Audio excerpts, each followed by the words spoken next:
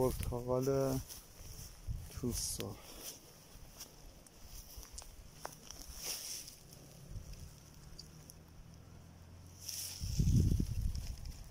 یه چند وقت دیگه زمان برداشت این نه میرسه، بعد از اون حالت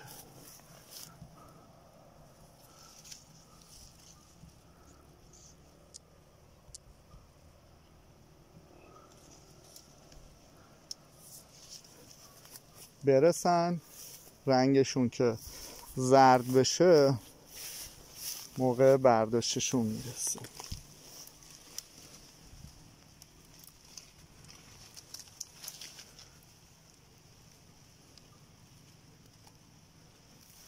خیلی زیاد بار میده. البته این درخت‌ها رو بنده به صورت ارگانیک پرورش میدم، کود و مواد شیمیایی به کار برده نشده. حتی سموم هم خیلی کم. میبینید که برگا گاهن یه سری پرنده ها میبینید مثلا حشرات روش هستن.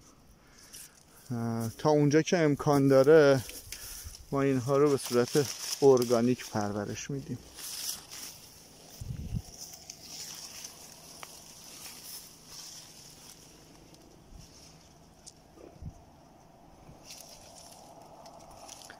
بار زیاد میده. اگه بهشون رسیدگی بشه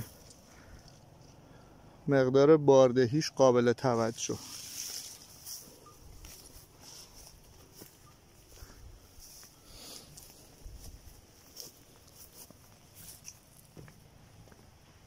حالا میخوام یه نوع دیگه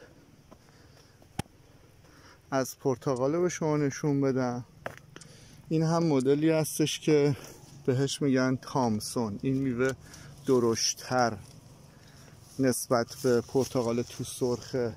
نگاه کنید، این مثلا پرتقال تو سرخه تعداد بار زیادی میده ولی میوه های کوچکتر.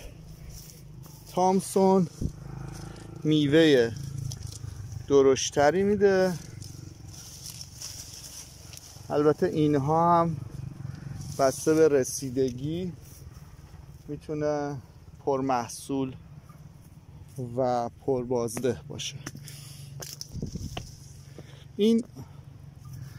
اینها لیمو شیرینه، یعنی لیمو شیرین، برخلاف اون لیمویی که ما میشناسیم و بهش میگن لیمون انگلیسی ها. این لیمو شیرینه، یعنی لیموه ولی فوق العاده شیرینه.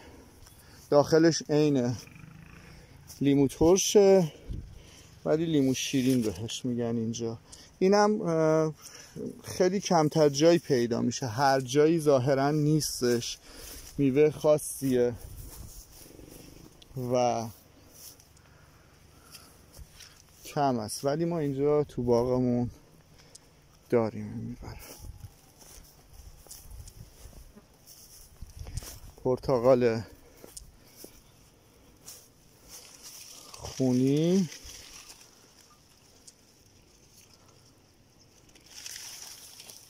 و پرتقال تامسون.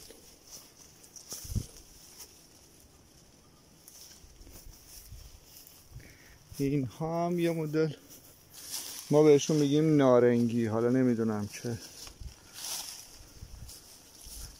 تو زبان انگلیسی بهش چی میگن. نارنگی که یه مدل هم این محصوله.